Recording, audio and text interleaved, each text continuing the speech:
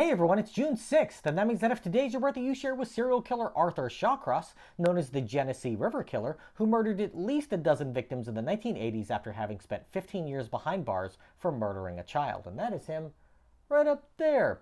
Shawcross was born in Maine in 1945 and was raised in upstate New York in the 1950s. An outcast among his peers, he used baby talk until he was 6 and frequently wet his bed well into adolescence.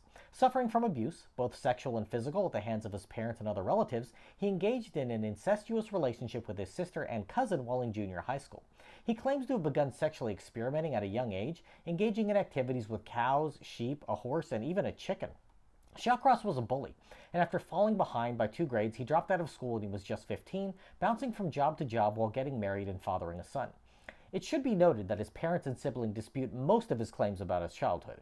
He was drafted into the army at the age of 19 and served in Vietnam, where he boasted that he committed violent acts towards the Vietnamese during the war.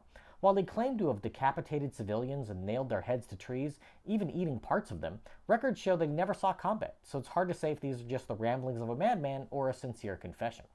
After returning to the US, he was caught starting fires, and an army psychiatrist posited that he obtained sexual enjoyment from his pyromania. He spent 2 years in prison for arson and burglary, and a few months after his release in late 1971, he committed his first confirmed murder, sexually assaulting and killing a 10-year-old boy. The body remained undiscovered for months, and just before his first victim was found, he struck again, assaulting and killing an 8-year-old girl. Shawcross was arrested the next day, but prosecutors allowed him to plead guilty to manslaughter, saying they were worried a lack of physical evidence might lead to an acquittal, and he only served 15 years behind bars before being paroled.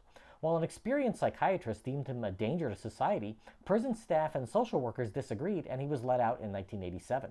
Upon his release, he returned to upstate New York, where he found it difficult to find work due to his being a convicted child killer, and eventually settled into an apartment in Rochester. Less than a year after moving in, he began to kill again, murdering a dozen women over the next 2 years, usually leaving their bodies near the Genesee River. His victims were mostly prostitutes or homeless, which likely led to less attention being paid to their murders. In many cases, he engaged in necrophilia and sometimes dismembered their bodies in hopes that they would decompose faster, even removing the genitals of 3 victims with a handsaw and eating them. Shawcross was finally caught 3 weeks after his final murder when he returned to the scene of where he had left her corpse to have lunch and was arrested for urinating off a bridge that the police were staking out. He confessed to his crimes, led the police to locations where he had dumped their bodies. Shawcross was convicted of 11 murders, though authorities were certain he was responsible for the 12th, and spent time behind bars painting, selling his art on eBay before he died of a heart attack in 2008. If this is your birthday, I hope you have a great day. Leave me a comment so I can wish you a happy birthday.